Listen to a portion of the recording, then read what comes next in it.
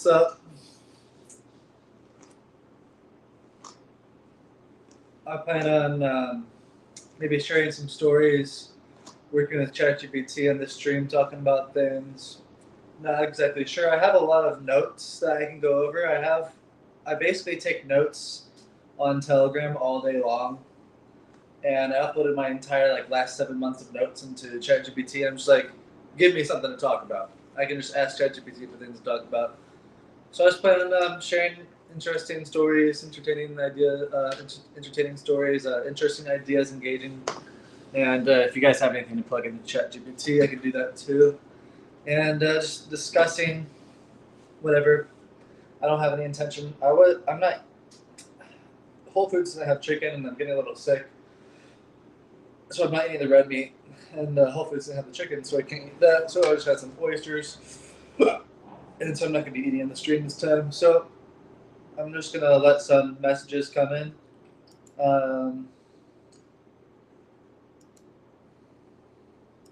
Someone said, cut my hair.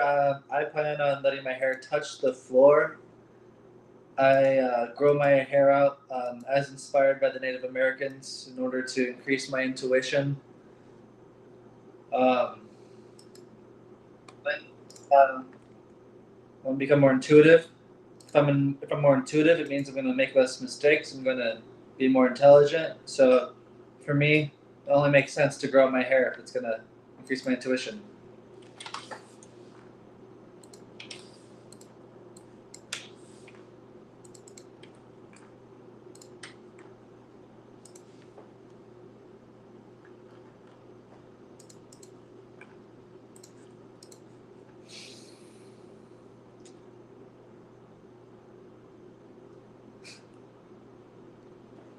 People ask silly questions, and I don't really like to engage in the silly questions because I don't think it provides any value.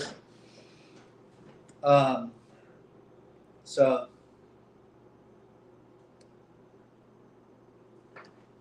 here's a better question. If you drink or do drugs on the Primal diet, will it make you detox way harder afterwards? Well, I have a friend who's an addict who's on and off the diet, and he has a hard time. He has a really hard time. He's always dealing with terrible withdrawals. And whenever he eats high meat, he feels immediately way better. But it doesn't last forever. And when he eats the raw meat, he feels better. He just can't consistently stay on the diet, mainly because of his drugs. But the thing is, are you talking about detoxing drugs or detoxing toxins? Well, if you're doing the Primal diet, what I've observed is that it's easier to quit drugs and it's easier to handle the withdrawals if you're eating the right foods, that is.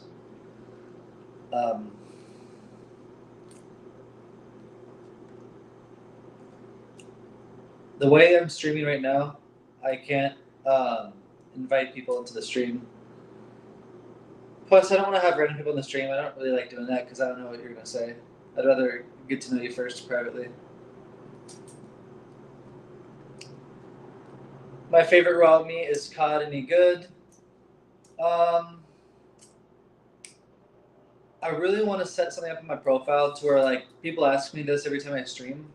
No offense to you, but I don't like saying the same things every time I stream because people aren't going to enjoy that who are long-time followers. If you read my guide in my bio, there's a free guide. You'll get a good idea of what I like if you read that. And so, if you're asking any silly questions or surface level stuff, I'm not going to. I don't want to answer them do I like liver cane? I'm not really interested in talking about that. Do I like liver cane? No, I don't.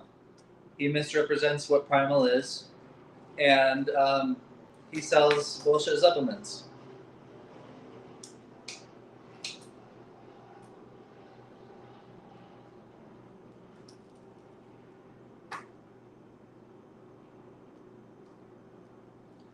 In regards to the aftermath of substance usage, is it going to be worse the next day? Well, the thing is, if your body is used to consuming clean foods and not poisoning yourself, and you do something toxic,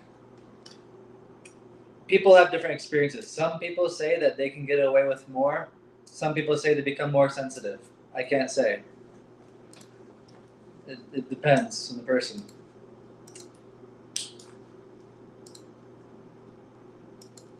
And I'm really strict. I can't tell you, I don't have any experience with doing that.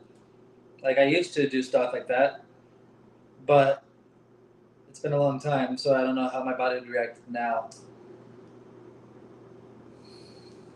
What's the difference between Liver King, Primal, and Real Primal? Primal diet is a diet that was trademarked by Aajonus and he was the first person to use the word primal diet. And his book is called We Want to Live, the Primal Diet. And so he's the first person, I don't know if he's the first person to use the name, but he copyrighted it. And so, should we even be calling it primal at this point? I don't know. It's the Aajonus diet. Yeah.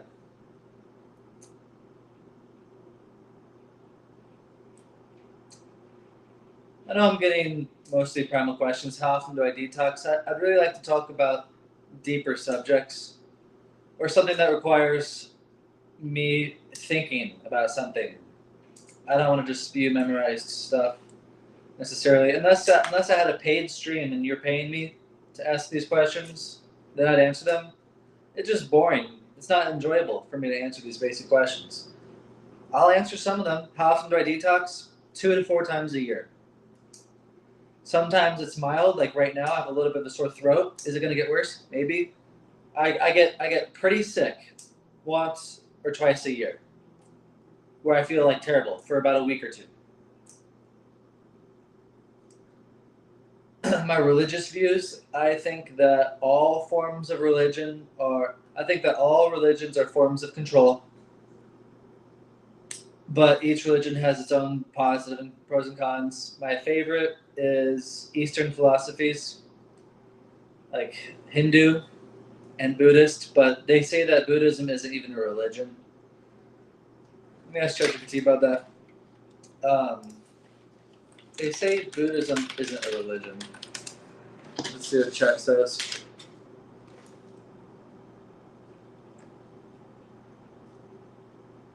It lacks belief in a creator God, unlike Christianity, Islam, Judaism. Buddhism does not center around worship of a supreme creator deity. It focuses on individual awakening, nirvana, through ethical living, meditation, and insight. Some people classify it as philosophy or psychology rather than a theistic religion. It's practice-oriented, not faith-based. Many schools of Buddhism emphasize direct experience through meditation and mindfulness over belief. You don't need to believe something in order to practice the Noble Eightfold Path. This makes it more like a method than a religion. Modern Western rebranding. In the West, especially among secular or scientific circles, Buddhism has often been reinterpreted as a science of the mind or way of life, which downplays ritual, karma, rebirth, devotion, core elements in most traditional forms. What are the rituals of Buddhism and devotion? Historically, it is a religion. It has temples, monks, nuns, rituals, devotion to Buddhas, bodhisattvas. What is a bodhisattva? I don't know how to pronounce that. Rituals of Buddhism. Common themes include devotion, purification, and mindfulness. Daily devotional practices. Bowing to Buddha statues as a gesture of humility and reverence. Lighting candles, shrines, altars. Chanting mantras. Difference between mantras and worship.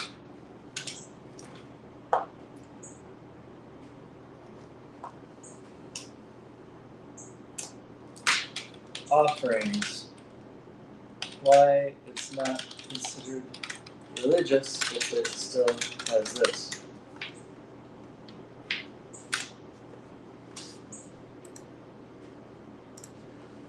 So the faith in Buddhism is about faith in Buddhist enlightenment as a guide to awakening. I don't think they worship Buddha. I'm not sure if they worship Buddha or not. What I really like about Buddhism is like I read at the top. It's not about worshiping a creator. It's about awakening. It's about practice, not faith. It's not about belief, it's about experience. It's not about believing something, it's about practicing to have real experiences for yourself. That's what I like about it. Hinduism, I don't know. Let's see, Hindu is also practice oriented, right? Produces experience. Okay, so Buddhism does involve mantra. So what's the difference between mantra and worship? Mantra, it's based on sound that have spiritual energetic effects. It's seen as a tool for concentration and energy work. It's believed to have mystical power that aligns the practitioner with divine forces or energies. The purpose is not to pray to a god, but to purify the mind, open the heart, connect to wisdom. Worship typically implies devotion to a higher being, seen as superior, external. In Buddhism, worship of the Buddha or bodhisattvas isn't praying to a creator god. It's reverence, not submission. Difference between reverence and submission. Buddha is honored as a perfect teacher, not a god. Purpose, to inspire, to express gratitude, or to align with awakened qualities, not to appease a god or seek divine favors. Though some folk traditions blur this line.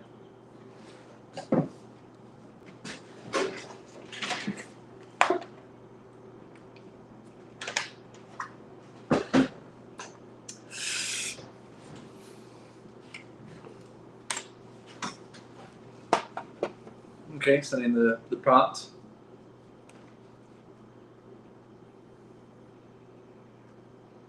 I'm asking about Buddhism.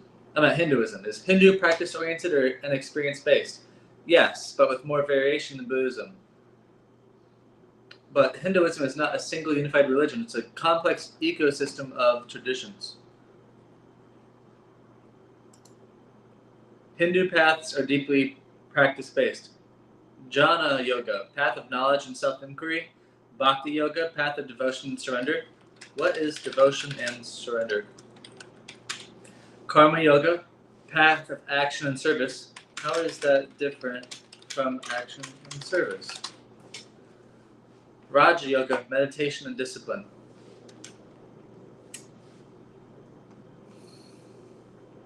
Okay, now reverence versus submission. What's the difference? Reverence, deep respect and honor.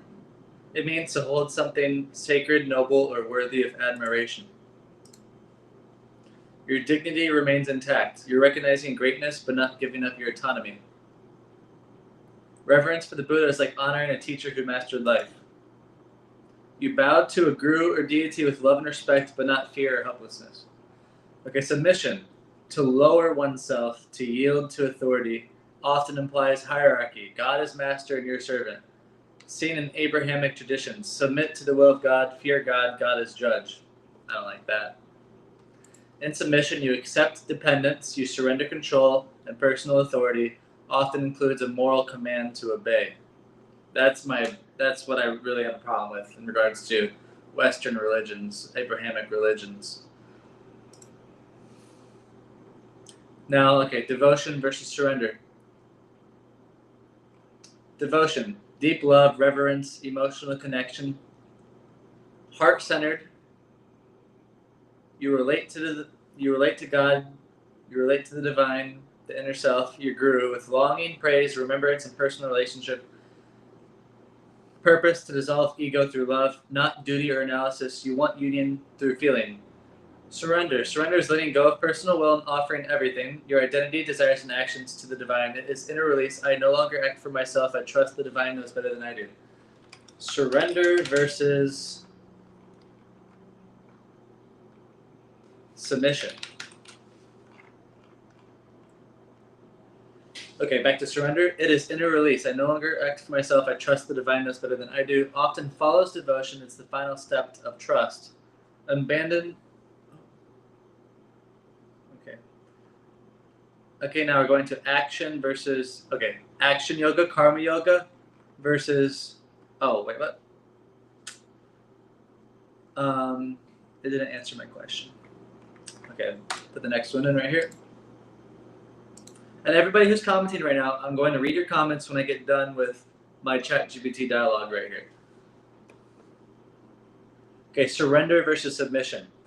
Surrender, willingly offering your ego desires and control to a higher principle, self, God, truth, or dharma, from the inside out, comes from love, trust, and awareness, not fear. It's voluntary and conscious, motivated by inner realization, rooted in humility, not weakness. You remain empowered. You let go because you understand. Feels like peaceful release, trusting a deeper order, dissolving the illusion of separateness. Submission, yielding to a higher authority or power under command or compulsion. From the outside in, often includes fear, duty, or hierarchical obedience. Imposed or expected, based on power difference, motivated by fear, guilt, or obligation. Self is suppressed or diminished. Obey or face consequence, found in military, authoritarian religion, or legalistic moral systems. So yeah, that's the main difference between Hindu and Buddhism and Abrahamic religion, and that's why I prefer, as you can see, Hindu and Buddhism over Western Abrahamic religion, because key differences between Abrahamic and Eastern. Like I said a minute ago, to give a recap, it's about surrender versus submission. Surrender is much nicer. It's about you maintain your dignity and power. There isn't about a hierarchy. It's about understanding, not because you're like being imposed on, but because you just understand. And reverence versus what were all the words that were used?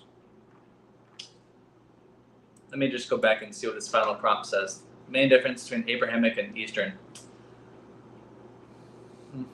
Let's see if there's anything of value to say. Relationship. Abrahamic. God is your master. You are the servant or the creation. Eastern is the divine is within you. The goal is union or realization. I know people are going to argue that Abrahamic still says that, but generally speaking, what it implies largely.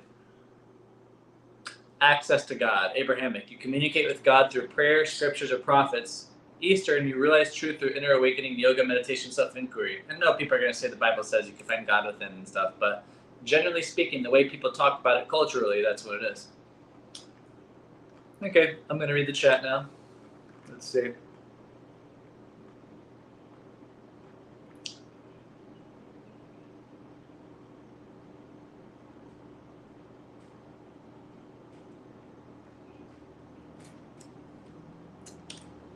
I got somebody making up some stuff, so I'm going to ban them really quick.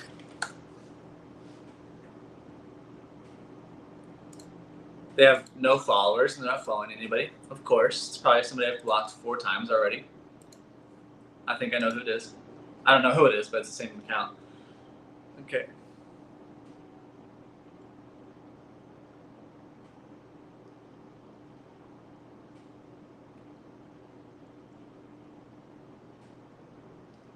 My only religion is the laws of nature.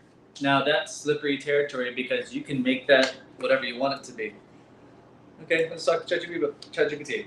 Someone said, my religion is the laws of nature. Well, I could just talk into ChatGPT. Hey, boom, let's talk into it so you can hear it. Someone said, my religion is the laws of nature. I think that is slippery territory because you can make that whatever you want it to be. You could say that it's natural for people to have hatred and want revenge. But on the other side of things, it's also natural to, at some point, realize that that doesn't serve you and that there are natural, quote, natural feelings that are the result of something impure, the result of trauma, a compensation, something that's unwhole that needs to be overcame. And because of someone thinking that nature is their religion, they could struggle to differentiate what is to overcome, because it's are they saying that whatever you naturally feel, whatever your involuntary reflexes, your involuntary feeling, that's what's natural? But what's also natural is, as a human, is to overcome that. Reflect on what I said and expand with additional insights. Okay, let's see what chat says.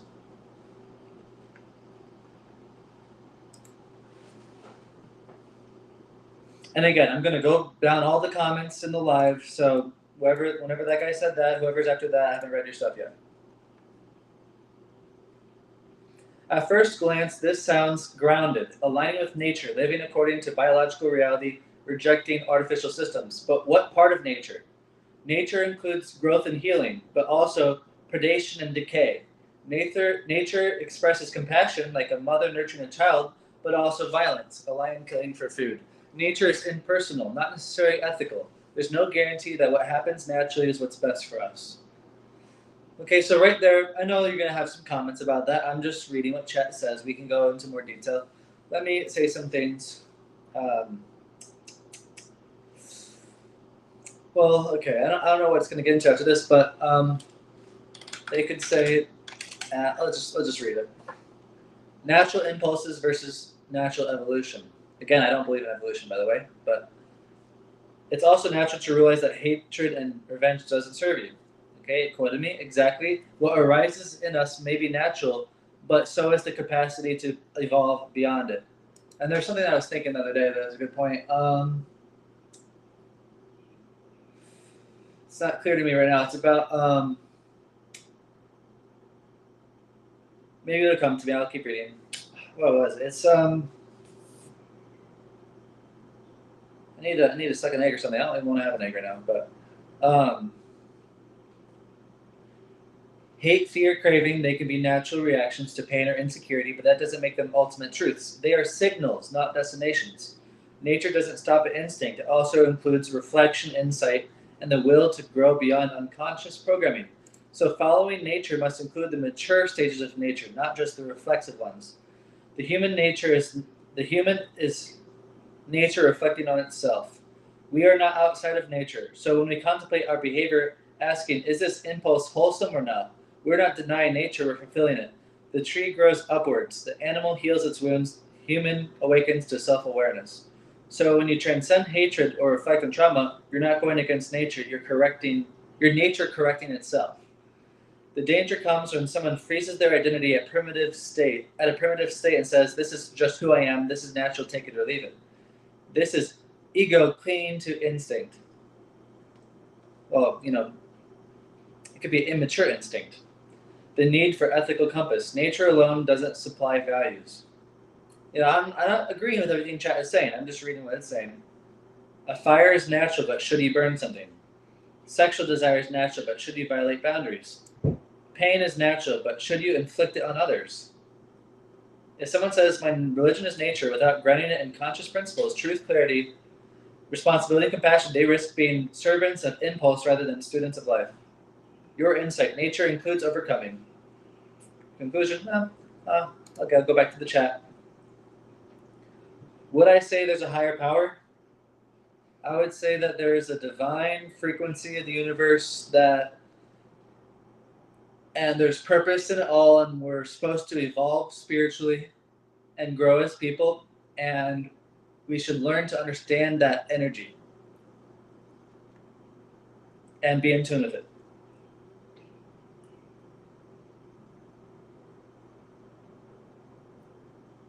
Like, I should probably be reading the comments out loud for the other viewers instead of in my head.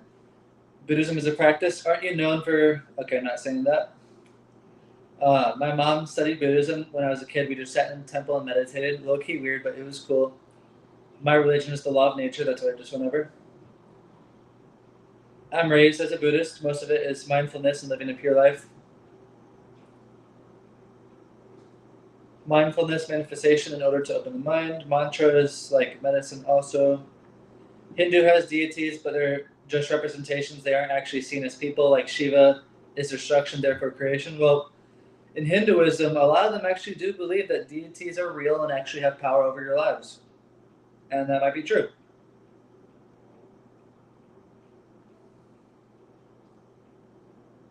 If you want to know about fermenting the meat, you got to read my book. How do I make money? I do Uber Eats. Is my family supportive towards my diet? Yes, they are.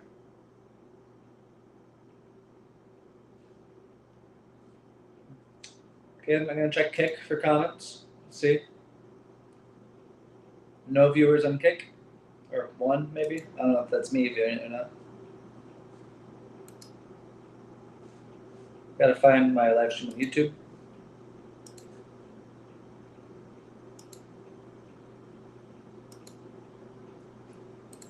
Got 4 people watching on YouTube.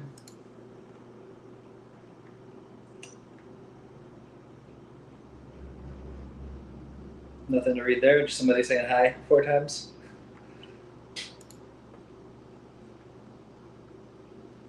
Okay, there's no comments to reply to. I don't have anything off the top of my head, so I'm going to pull up my. I think it's missing something. Okay. I'll pull up my notes and see if there's anything I'd like to talk about in here. In my most recent notes the last few weeks, anything interesting to talk about in a video? Nothing diet related.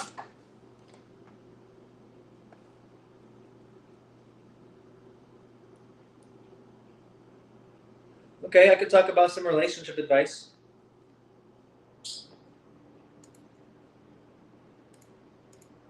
So, I don't know exactly what I can say and can't say to get banned on Instagram. I have to ask ChatGPT really quick.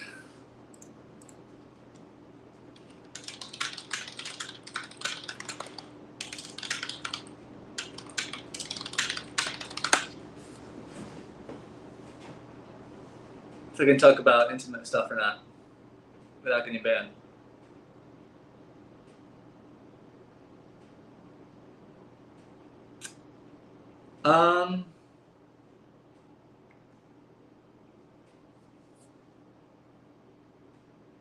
Yeah, I can't talk about the intimate stuff. My YouTube and Kick links, they're my username's on the bottom of the stream. Scott Hall Jr. YouTube.com/that or kick.com/that. So relationship advice time. So I'm gonna suck an egg so I can think more clearly. I had like 6-7 oysters, but not any meat, so I don't have the protein to think very clearly. So here's some very important relationship advice that you probably haven't heard before. You may have heard it before, but I haven't heard it clear enough or often enough to actually be something that is like I'd assume people already know. You might consider it common sense, but some things still need to be said. So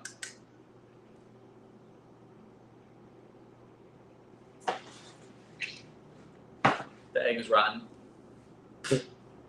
Don't like the rotten eggs. Okay, so I've been trying to understand the karma of casual dating and how to have. Okay, so when I say casual, I'm not saying that there's no emotions involved. I'm just talking about non-commitment and how to do that in a healthy and respectful way. And of course, I do want a relationship, but I'd like to date around first. I'm trying to figure out the karma of that. And I don't believe in withholding intimacy before commitment and stuff. And I don't think it's always bad to enjoy yourself and others if done responsibly and with respect. So let's assume that you're dating multiple girls. How do you do it ethically? Well, first, The boundaries need to be established, so they have informed consent, so that they know what you're doing, and that they agree it's okay. And that let's say I'm traveling. I'm only going to be in town for 2 months. You know, if I'm seeing a girl, I'd probably tell her like we can enjoy each other while we're in town. I want to have a full experience with you, but when I leave town, I don't plan on keeping in touch because I don't want to maintain an attachment that I can't honor. I'm not coming back. I could come back, but I don't want you to wait for me. I don't want you to think I'm coming back. I want to keep in touch because when we go our own ways, we're doing our own things, you know? And I don't want to maintain long distance relationships like that. And like, yes, if I meet a girl, it's impossible for me to have a long distance friendship or something like that. Yeah, I could, but generally speaking, don't want to lead them on if they're wanting something more. And so if they agree, I feel that that's fine. They respect that. But if you can tell that they are getting attached to you and you're not going to commit to them, then you have to talk to them about it. You have to communicate that, like, I can see that where it's going, like, it appears that, I'm not saying this exactly what you say, you have to communicate that you notice that, or you think you're noticing that they're becoming attached, and that you want to re-clarify that you're not expecting a committed relationship or anything, and that you don't want to hurt them or anything. And they might agree, like, yeah, it's fine, and they go along with it. But if you can tell that they're overthinking things, they're hurting, they're sad as a result, then either then what you have to do is you have to discontinue the intimacy and just have them be a platonic friend. But if they're still attached to you, and you can tell that they're being hurt as a result, very often the right thing to do would be to let them go with compassion. Not because you don't like them. You would love to still see them. You really enjoy seeing them, but you can see that they're hurt by not getting the commitment. And so the ethical thing to do in that situation will often be to let them go. And so now you might think to yourself, well, what if they benefit from being with me even if it causes them a little sadness? What if I help them realize a lot of things?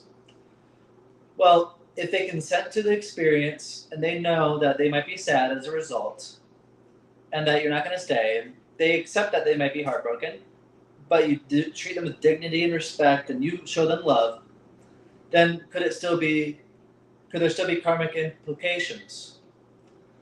Well, if they are obviously not growing as a person, if they are not learning great value from you, if they're just enjoying you, like within the realm of pleasure, and you satisfy their loneliness, but they're not having life-changing realizations or learning powerful things that's going to help them forever, like it's just a temporary pleasure to be around you, then yeah, you should probably let them go, you know. And then same goes for you in the other way. If you're with the girl and she does not want to commit to you, or if she just wants to be friends with you and you want something more, and they don't want to give you something more, you might think to yourself, I'd rather be with this person than be a little sad than be alone. But the thing is, by being in that situation, you're allowing yourself to be hurt, and the right thing to do would be to very often leave that circumstance, because you're attached to something that's never going to happen. You're never going to be fulfilled. And you have to let go in order to come back to equilibrium, a homeostasis, a sense of balance, so that you can move on to the next circumstance. And so if you're overly attached or the other person's overly attached and it's clearly not healthy, a lot of people are going to try to convince themselves of reasons it's okay. But very often you just have to, the second a girl, if you want to be intimate with a girl or have a relationship with her, and she says she just wants to be friends, and you're hoping for something more, you should probably just give up. Right there. Unless you're okay with just being friends. And the only way you can just be friends with the girl is you are completely fine with her being with other guys, and that doesn't affect you at all. There's been girls I've been with who, like, I wanted, but they just want to be friends. And I could not imagine them being with other people. So then I have to let go. But then there's other times where I've had girlfriends where, like, I had this one girlfriend, she had a boyfriend, and I hung out with her. She was attractive, but I was never attracted to her. She was good looking, She was a reasonable person. We hung out occasionally, maybe 2-3 times a month, and they broke up with their boyfriend. I never tried to make a move on them. Not because I did that on purpose. I just never wanted to. And I'm surprised I didn't want to because they were good looking. And they got another boyfriend, and I still hung out with them. But the thing is, it didn't affect me emotionally at all. That they had a boyfriend, that they were single, or that they got a new boyfriend. I never even thought about being intimate with them at all. And I don't understand how that's possible because they're attractive. I don't know why I didn't think that. But that's an example of how a man and a woman can actually be friends. If the man isn't probably if the man is attracted to them. They were attractive, but I wasn't attracted to them, which is an interesting thing to think about. Could I be friends with somebody who, can you be attracted to somebody and not be emotionally unattached? I'm sure it's possible, but generally it's not common. So the only way a man and woman can be friends is if they're not emotionally attached like that. Or you can be emotionally attached, but you have to be okay with them being with other people. You can't be attached to the future, attached to hoping something happens.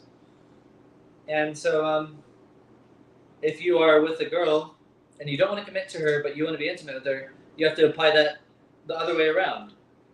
Are they okay with you seeing other girls? Would they be hurt emotionally with you being with other girls? If the answer is yes, could you have a platonic friendship with them? Would that make things better? If they'd still be attached, if they're hoping to have a future with you, and you're not going to give them a future, then you should probably let them go with compassion. Even if you really enjoy them and they really enjoy you. If they're hoping for a future with you and you're not going to give it to them, the right thing to do most often would probably be to let them go.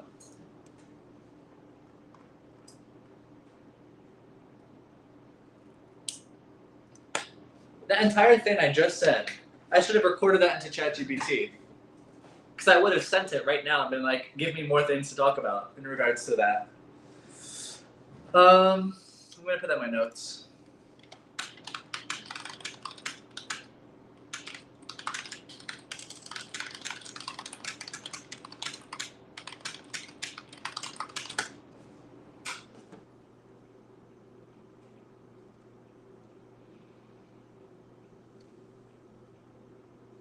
I could talk about Kanye West being controlled opposition. Let me just see if there's any comments first.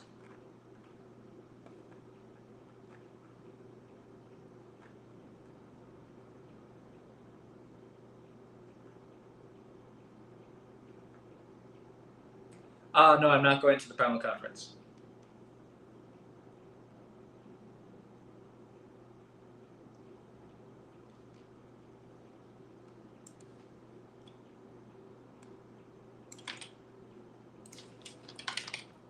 Just give me 30 seconds, guys. I'll start talking in a second.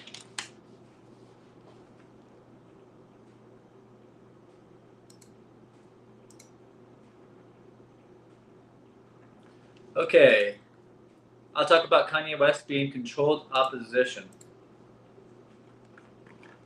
Okay. I have to find the link to the GPT that I had.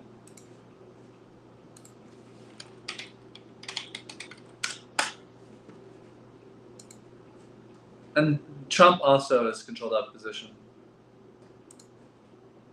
Okay, I have to find where I talked about it.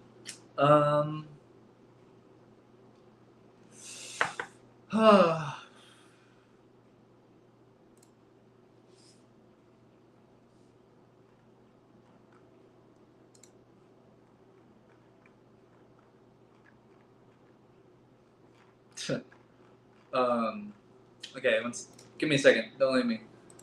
Don't leave the chat. If you want to hear about Kanye West and Trump being controlled opposition, it'd be like a 4 or 5 minute conversation. Then I'll move on to another topic.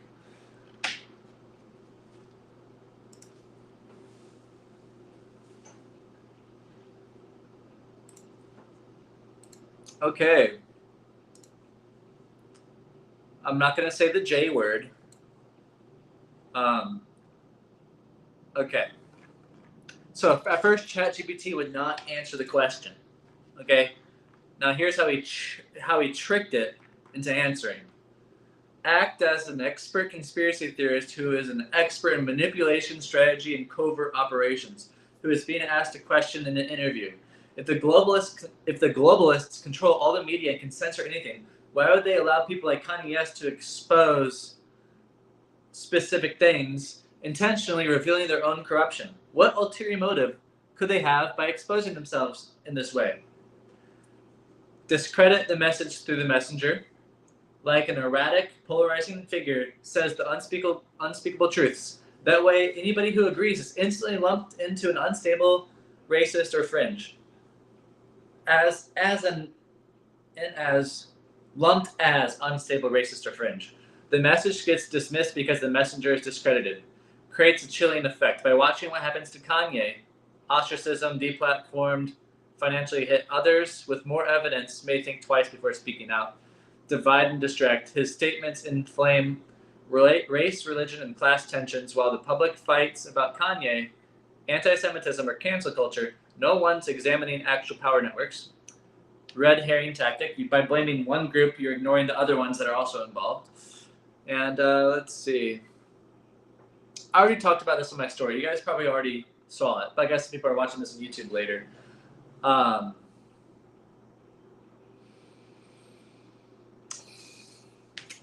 I'm not really too inclined to talk about this. I want to talk about Trump, because I already talked about Kanye in my story. Maybe I should just read my story. I'll just read my story just for the people on YouTube who haven't seen my Instagram. I don't know if I can see my old Instagram stories on my computer, though. Give me a second. Anybody who says anything in the chat, I'm going to go back to it in a few minutes, okay? I just want to talk about this really quick. Okay, sorry, this is annoying.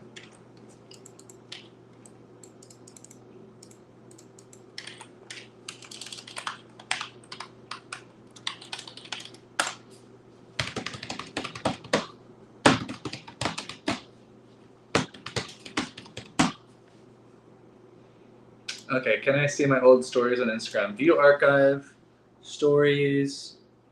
Okay, I think I can. So I'm just going to read this thing I posted my story about Kanye, then I'm going to get into Trump.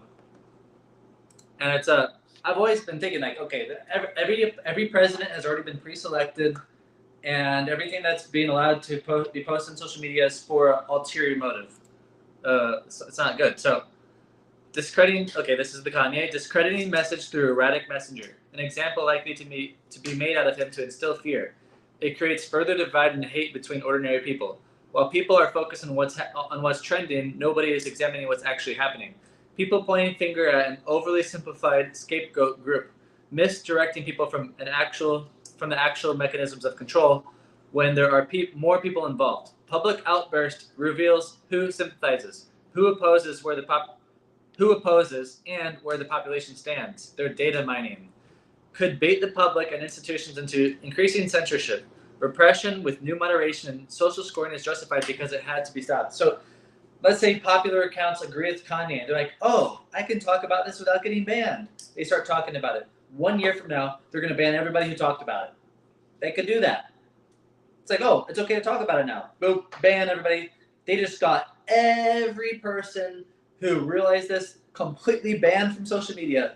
And now, like, the only people who exist are the other opinions.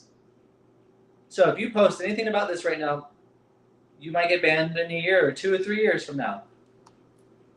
Okay, now I'm going to go into Trump. Why would they allow Trump, a Trump-like figure? So when trust in government hits critical mass, you need to simulate rebellion. Give people a messiah, somebody who says what everybody is thinking. This relieves pressure without altering power structures. By absorbing the angry, disenfranchised base into a personality cult, they can be tracked, monitored, and redirected. The movement can never become a revolution. It becomes a brand. Accelerate polarization. Trump didn't unify. He sharpened the divide. This is vital. Polarized societies are easier to control. People are too busy fighting each other to see the structure caging both sides. Justify totalitarian tools. In response to chaos Trump catalyzed, the system now justifies censorship, financial deplatforming, even military-style military-style surveillance on citizens. Excuse for more control. Invert the hero-villain dialect. When Trump fights the globalists, and they resist him, it looks like real conflict. But from the top, it's a scripted rivalry. Controlled antagonism. Both sides feed the beast. Ulterior motives behind the good things.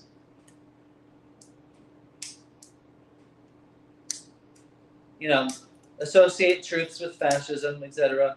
Associate truth with extremism. Can't talk right now. Restructure globalism through nationalism. By promoting America first, they actually force other countries to accelerate their regional power blocks. Tighter digital kingdoms. New globalism in nationalist clothing. If Trump gets taken down through legal action, exile, or worse, he becomes a symbol, not a man. A weaponized archetype, and the symbols are easier to mold and use over decades. Run the simulation for the real rollout. His presidency was a beta test. How far can institutions bend? How much chaos can be tolerated? What legal precedents can be pushed? They collect data, refine tactics, and get ready for version 2.0. Okay, that's just a comment on Trump. I'm going to post on my story for people who aren't watching the live. Okay, now I'm scrolling back up to read the comments.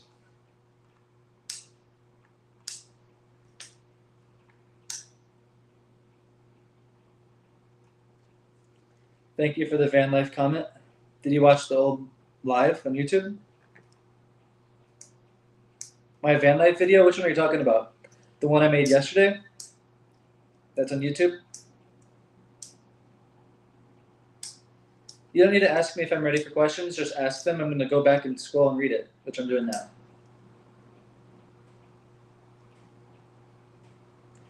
If you get diarrhea from raw milk, you have to ferment it into kefir, and that often solves the problem.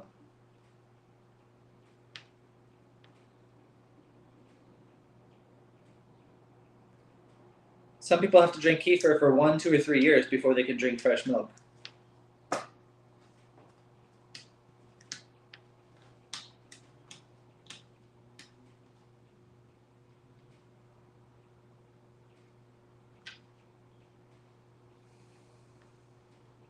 Okay, there's no comments that I can respond to. Let me check Kick and YouTube, see if there's any comments on there.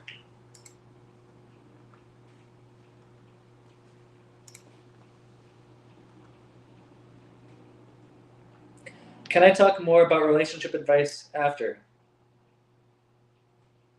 I just started talking to a girl and I can't stop thinking about her. Give me more details of your relationship. I would like to talk more about relationship advice. It's just the chat. Okay, I'm going to talk into ChatGPT for a second. I'm going to repeat myself, so just give me a minute. I'm going to see what it says. I'm looking for you to expand on my current thoughts. If you are seeing a girl and she is attached to you and you know you're not going to give a relationship unless the relationship has a deeper purpose that benefits her longer than the time she's with you. For example, you teach her something that changes her life forever. If she's just filling in her void of loneliness with you and experiencing pleasure with you, but she's not having any life-changing experiences, it'd be best to let her go because you are leading her on. And the same goes for you. If you're with a girl and she just wants to be friends, but you want something more with her and she's not going to give it to you, if the relationship does not have a deeper purpose, you should let go of her. Not out of pettiness or being upset, but just compassion for yourself to move on. And even then, there are circumstances where you could be in a relationship with a girl. Let's say that you are dating a girl, but you're not going to get committed to her, but she wants a relationship. But you do provide lots of value to her, not in just terms of providing, like monetarily or something, but like she is having life-changing realizations with you. There could still, how to determine how far is too far? That could possibly even be an excuse to continue an unhealthy relationship with the intellectual, logical justification that there's value. But you could just be convincing yourself, Very often, you actually have to tune into your heart. Don't think about your mind. Don't think with your mind about it's okay because of this and that. Purify your heart. Meditate. Let go of your desires. Let go of your ego, and focus on the deepest part of your heart, and figure out what your heart says. That's how you decide. All these theories that I talk about, at the end of the day, very often they're valuable, but what's right for you might not be what's right for someone else in the same circumstances, just because you're different. So in order to know what's right and wrong for you, you have to purify your heart and get in tune with your heart to understand your path and what's right for you. Okay, plug that into ChatGPT and let's see what it expands with. And everybody who's commenting on Instagram, YouTube, Kick, I'll read your comments after this and reply to them in a moment. I'm sure there's more I have to say about what I just put into ChatGPT, but let's just start right there.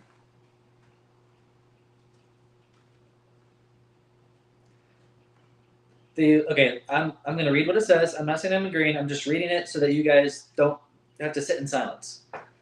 The illusion of mutual benefit. It's easy to say I'm helping her grow or I'm adding value to her life, but you have to be honest. Is she really growing, or are you just stimulating her emotionally or spiritually enough to keep her around? That's a good thing to think about. You might think you're helping her because she's happier, but if you left, would she be better off than, or not? If you continue the relationship months from now, would she be better off when you're gone than if she never met you?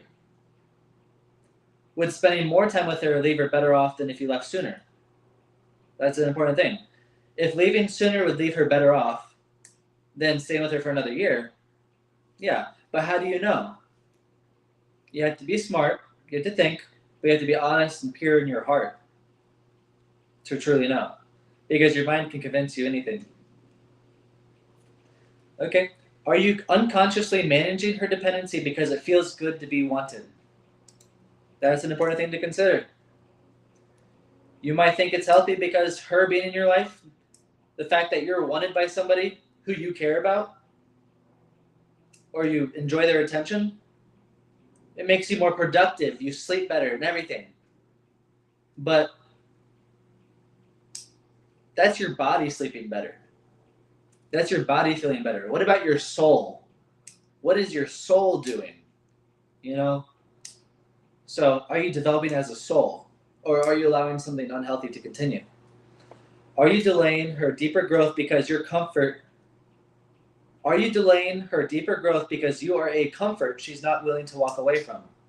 True benefit often requires separation. Many people only confront their real patterns after a painful but necessary disconnection. Knowing when you're leading somebody on. If you know she wants more and you know you won't give it, you're staying because you feel guilty, you enjoy the connection, you're afraid of being alone. Okay, if you're staying because you feel guilty, you enjoy the connection, or you're afraid of being alone, then you're not doing her a service. You're stealing time from both of you. Now let's think about that. If you're with her because you feel guilty, it's not good, automatically. If when you're with her, you are excited, thinking about finding another girl, the second you wish you were with a different girl, that's the second the relationship is, it's very likely the relationship is gone at that point. If you're with a girlfriend and you were wishing that you were with somebody different, the relationship's probably already over. Okay? If you're with her because you're afraid of being alone, that's already coming from an unwhole place. Okay, so that's some signs. Justification for truth. Your mind will spin webs. She's an adult. She can decide for herself.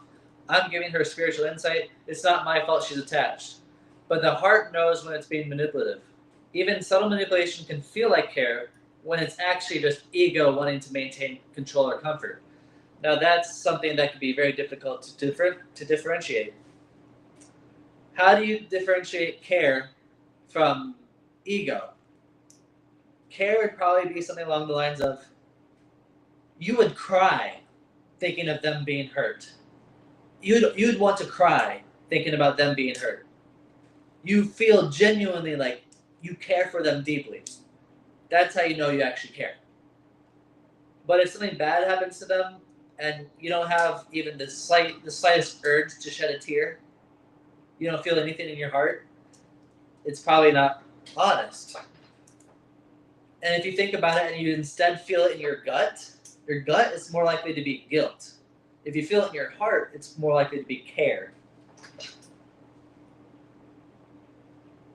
Okay, the real check-in is, would she still be here if I told her the truth of where I stand and where will this go? Well, I already talked about that. You already have to have full transparency where you stand, where you expect it to go. Preferably before she gets attached. But you might not want to say on the first date because that might be a little premature. But still,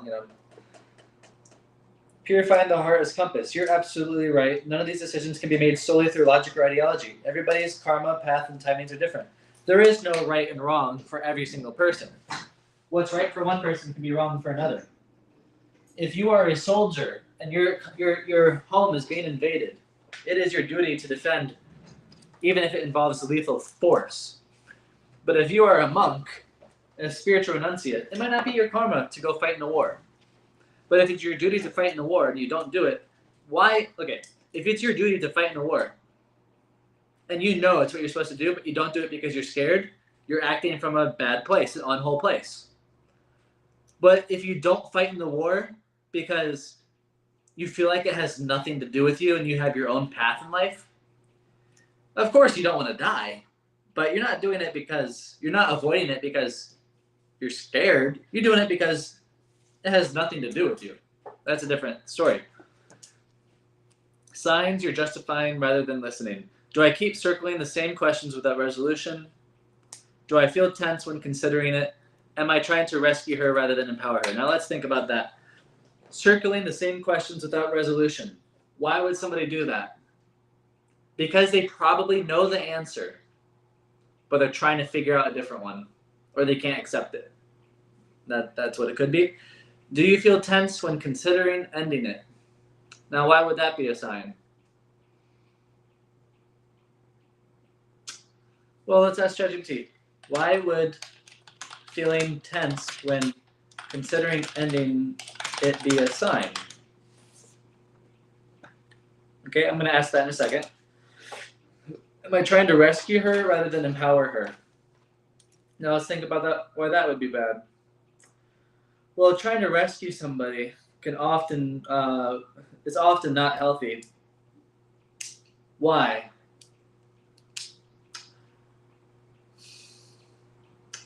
The first answer I had, I don't know where the difference is between that and empowering. When you're trying to rescue somebody, it might be something along the lines of I'm not sure if this is the correct answer, but you might be. I have to plug into ChatGPT. Rescue versus empower, difference. You could be, this is what I want to say, you could be projecting who they could be. And rescuing implies changing them without their own will. And why would that imply changing someone without their own will? Because rescue implies that you see them as needing saving. Let's just move on. Now, I'm not satisfied with that thought. Rescuing could imply that. I can't think clearly right now. What did I just say? Rescue implies that. What did I just say? Can somebody tell me what I just said? I need to have an egg that's not rotten really quick.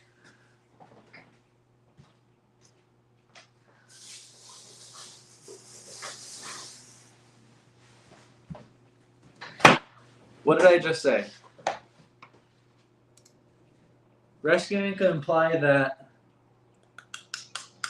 What did I just say? Can someone tell me what I just said, please?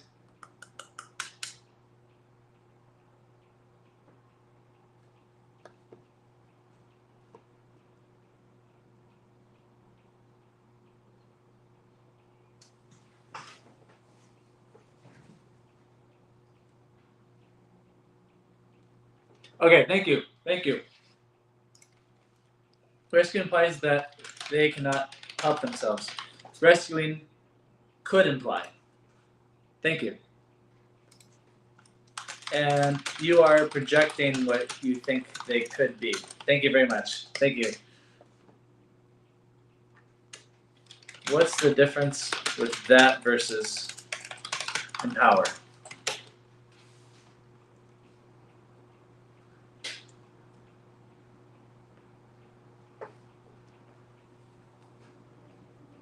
When value isn't enough. Even if she's having insights, growing, and thanking you for presence, if she wants a committed relationship and you don't, then at some point, you are in the way of her future alignment. You are a bottleneck in her path. You are responsible for setting her free if she won't set herself free. That gives you the responsibility. If she won't do it herself, but you know she needs it, that makes you responsible. How do you know when you have become the bottleneck, or how do you know when it's the point when it's time to separate and she needs to pursue her own future? Okay, now let's see what ChatGPT says. Okay, got 12 viewers on Instagram, 13. Let's see. YouTube, 5.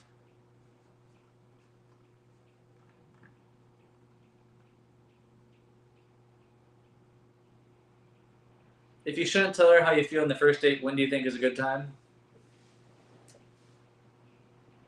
The first thing I thought of, the moment you feel her emotions being stimulated. That was my first thought I had. I haven't thought about it deeply. That's the first thought I had in my mind. I'll plug into ChatGPT.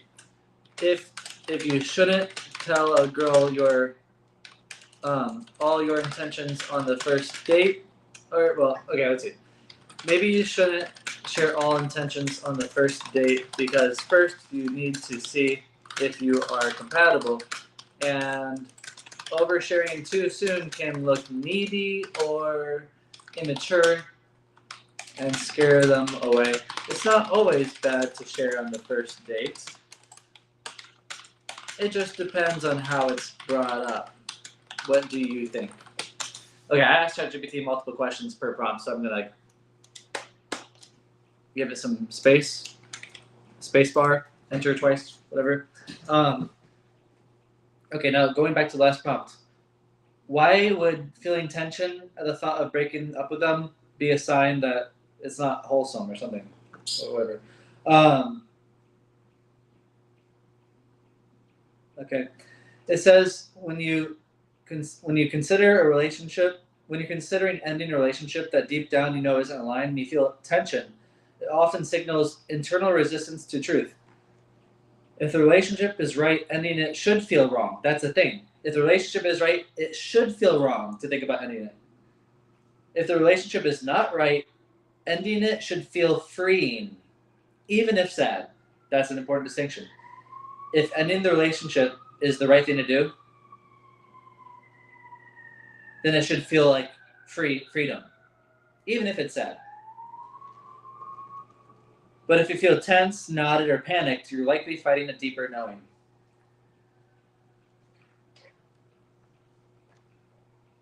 Rescue versus empower, core difference. Rescuing comes from a place of control masked as love. Why is that? Let's ask. Why is rescuing coming from a place of control? You see their potential and try to pull them there. You feel responsible for their growth. Why is that? Why does it imply feeling responsible? I could understand that, but I want to be able to articulate that. You often bypass their will, assuming that they just don't see what you see. That's like kind of actually disrespecting them. Bypassing their will, assuming they don't see what you see. That could be disrespecting them. But it could be true. How to differentiate if it's true or disrespect? Well, if it's true, or even if it is true, if it's done in a way that's disrespectful. It's rooted in the belief they need me. Yeah, that's a big deal. Rooted in belief they need me, that's a big deal. You are the main actor in their growth arc. Yeah. I would like it to expand on that. Empowering comes from respect for their path and timing. You reflect, not direct. Empowering. Reflect, not direct. Would that mean you ask questions instead of giving them answers? Reflecting and not directing, I think that would imply you ask them questions to help them realize things instead of telling them answers. Help them find the answer on their own without telling them directly. You support only what they ask for, not what you think they need.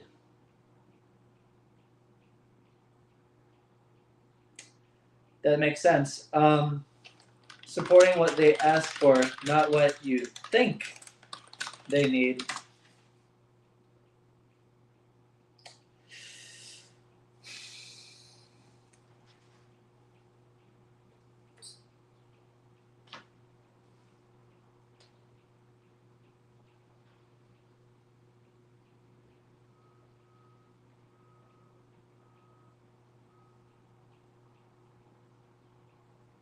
Eggshell. I don't know how to articulate it, but thinking you know what they need and that they don't feels unwhole. Empowering lets them take ownership of their change.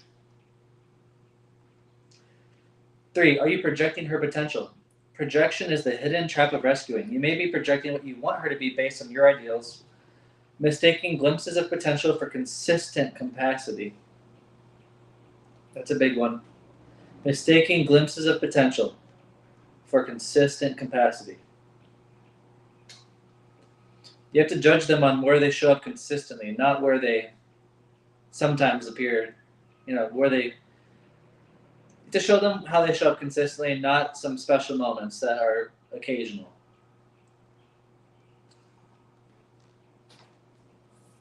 And you might think that they could grow into it, but the healthy thing is to live in the moment and don't think about who they could be in the future. Because the time it takes for them to become the person that you'd want them to be, you could find someone else who is a better fit for you. And when they become that person in the future, you don't need to be with them. They'll find someone. They'll fall in love with somebody. It doesn't have to be you. And you can fall in love with somebody else. It doesn't have to be them.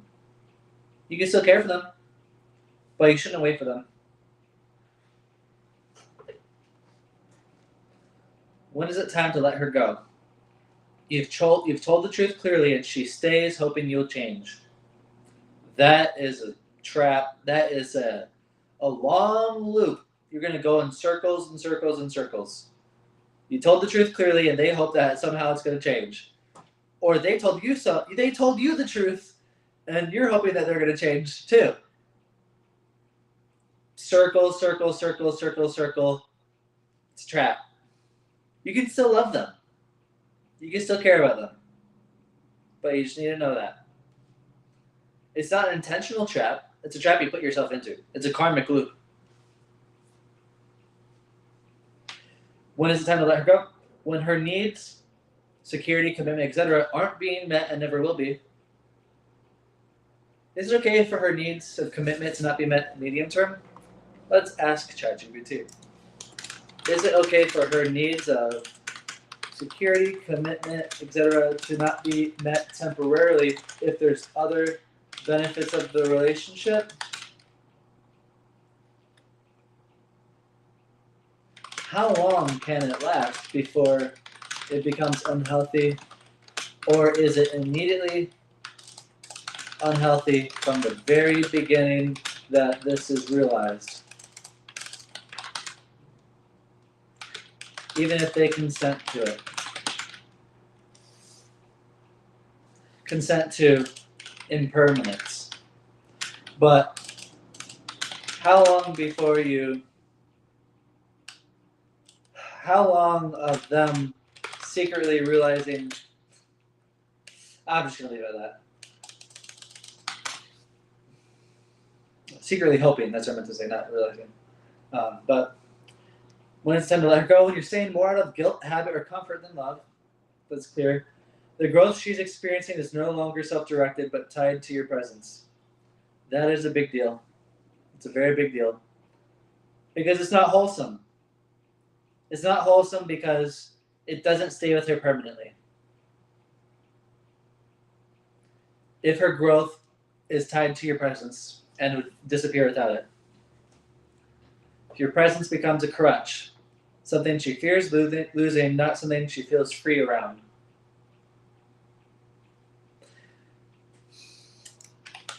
When can you fear losing something and it not be a crutch? At the same time. Okay, I got this big prompt I'm going to put in. It's going to answer all these questions now. And really quick, I'm going to go through the chat just to see if there's anything else to add.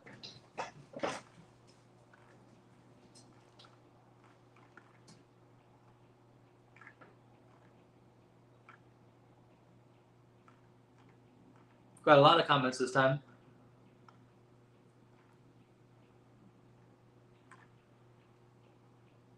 Yeah, we got a lot of conversations going on. Okay. Anybody watching YouTube, I'm going to put a timestamp for when I go back to the prompt. What have I done with detox like a sore throat? You stop the vegetable juice, you stop the red meat, you focus on chicken. You take hot baths. It's in my book. Read my book. Buy my book. Buy my book.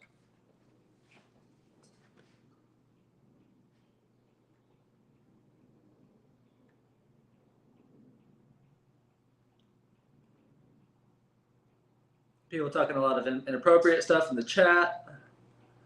Not everything I say is inappropriate. I'm just saying some of the things. Who am I talking to? I am thinking of ideas, and I'm using ChatGPT to expand on my ideas, and I'm using questions from the comment section and other things I've been wanting to talk about. Okay, just a good bunch of conspiracies in here. I'm saying the conspiracies are was inappropriate, by the way. What is high meat? Why is it called high meat? Read my book. Read my book. Free book in my bio. Just go read it.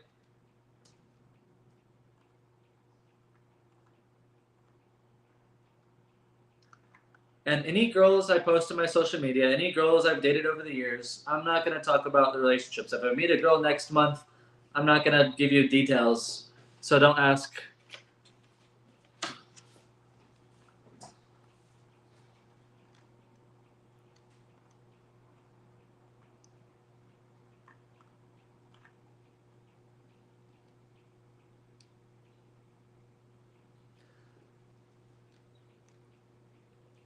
And the person who is thanking me for talking about this is what I like to talk about. I'm glad that you're finding value from this. If you want the GPT I'm using right now, you can use it and ask it questions. Do I believe in soul ties?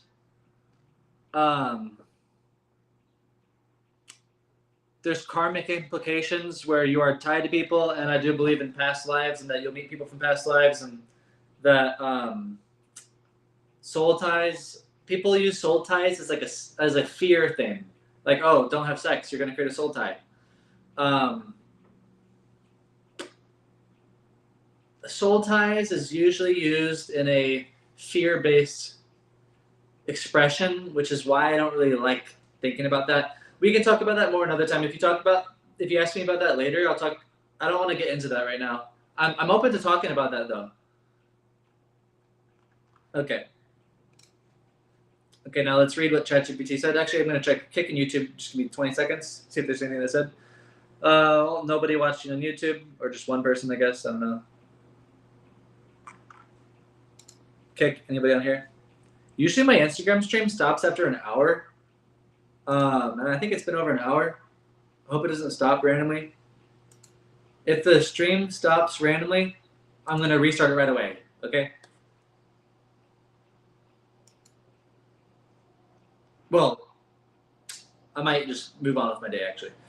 I'll finish the stream. Okay, if the stream ends randomly, go to YouTube because it's not going to end on YouTube. And I'm going to finish it on YouTube and then leave. Okay, I'm going to answer some more. Okay, I'm going to go through the prompt of what I just...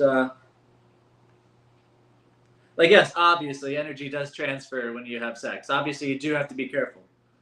But I don't think you have to be married to have sex. That's the thing. Some people are like, oh, you should only have sex with one person because of soul ties. I'm like, yes, obviously, you should only have sex with somebody who's respectful, somebody who isn't going to dump problems onto you, someone who isn't going to cause you trouble. Like, obviously, you have to be careful who you're intimate with. Obviously, like, I'm not saying don't be responsible. I'm not saying don't be responsible. Yeah, I just don't like the idea. It's like, oh, I can't ever do it unless I'm married and it's only one person. That's what I don't like.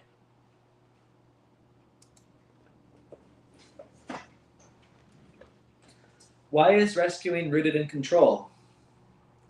Because rescuing says, I know where you should be and I'm going to get you there, even if you don't ask, don't want to, or aren't ready. Well, what if they do ask?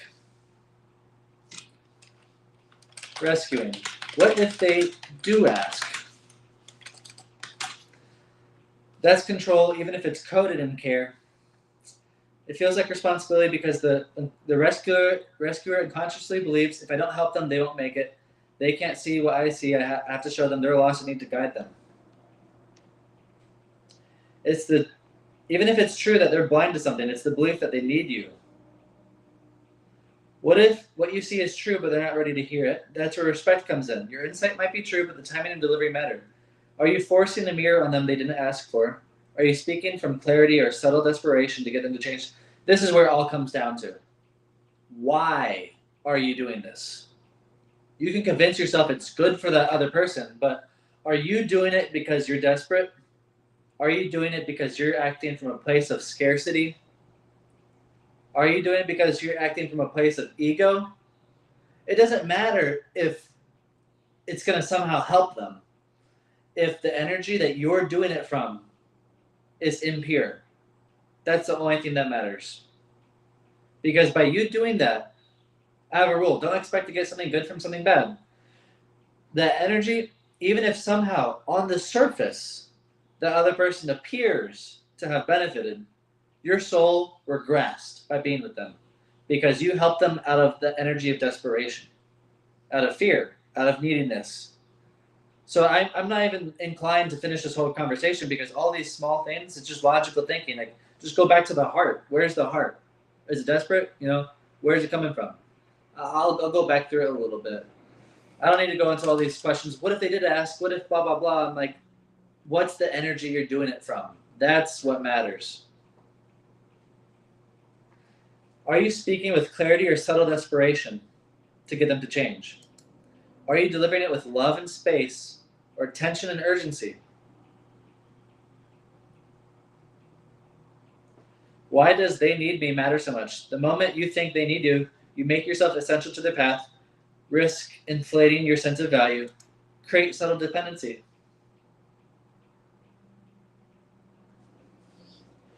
It means you stop trusting that life, that God, that their karma, and that their own soul would bring them what they need. You're intervening. You could say, God brought me to them. It wouldn't have that desperate energy involved, I don't believe. What does empowering actually look like? Asking guiding questions rather than giving fixed answers. Invite them to see themselves rather than seeing them for them. That's one that I project on people. I tend to see people as their potential of what I think they could be. So this all applies to me. So invite them to see themselves rather than seeing them for them. Or seeing them for them. Instead of seeing their potential for them, invite them to imagine what they think it could be. That's something I need to meditate on. I'm going to put that in my notes and meditate on that later. Only give insight when asked, or permission explicitly or implicitly. Or given permission explicitly or implicitly. Trust that they're capable even when they're lost. Empowerment honors timing. Rescuing forces timing. That's a big deal.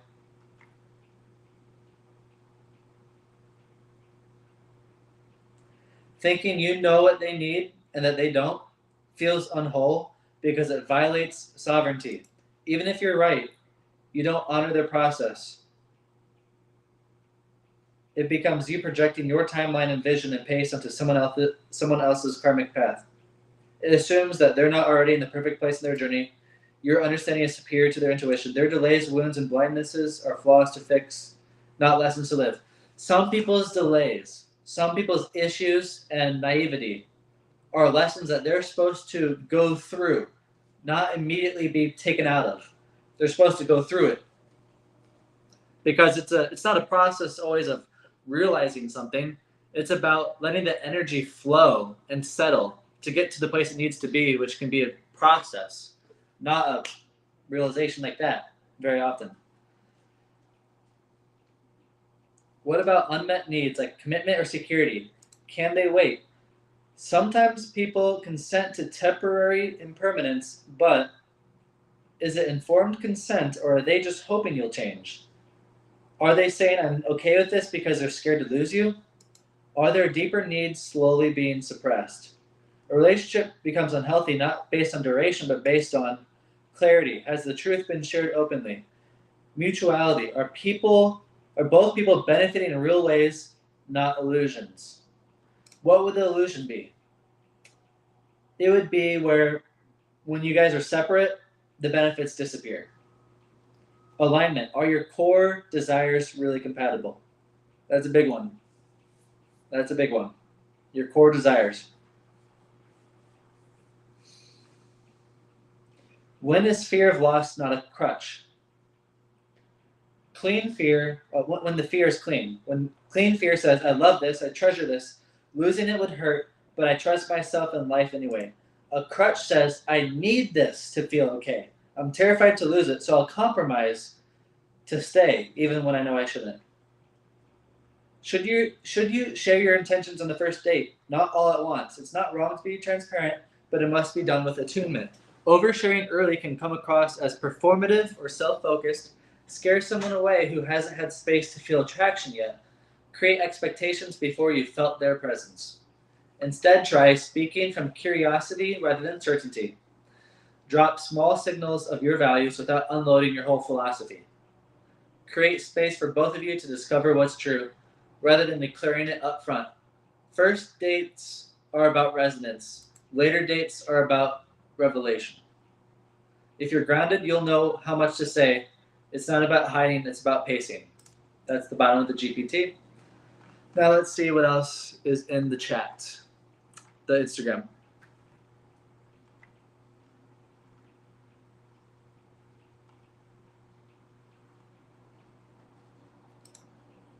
I might end the stream right here. If there's anything anybody wants me to plug into GPT or talk about, or somebody said, what did GPT say about when to tell someone your intentions? I just said that a second ago. Hopefully you're still listening. If you weren't listening, rewatch the live stream. I'm going to have timestamps. Okay, I'm going to give 30 seconds. I'll say 40 seconds. I'll give 40 seconds for anybody to ask any questions. If you inspire me to talk about something or you give something that I think is good to put into GPT, I'll answer. If not, I'll end the stream.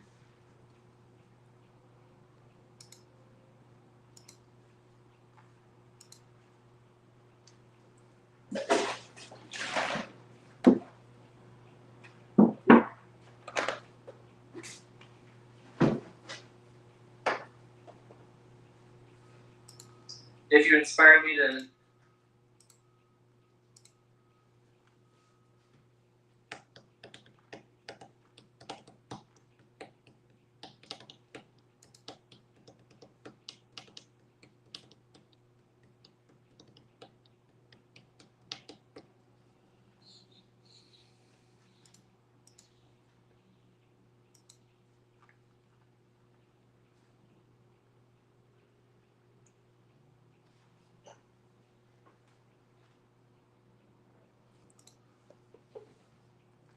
My birthday is August 31st, 2000.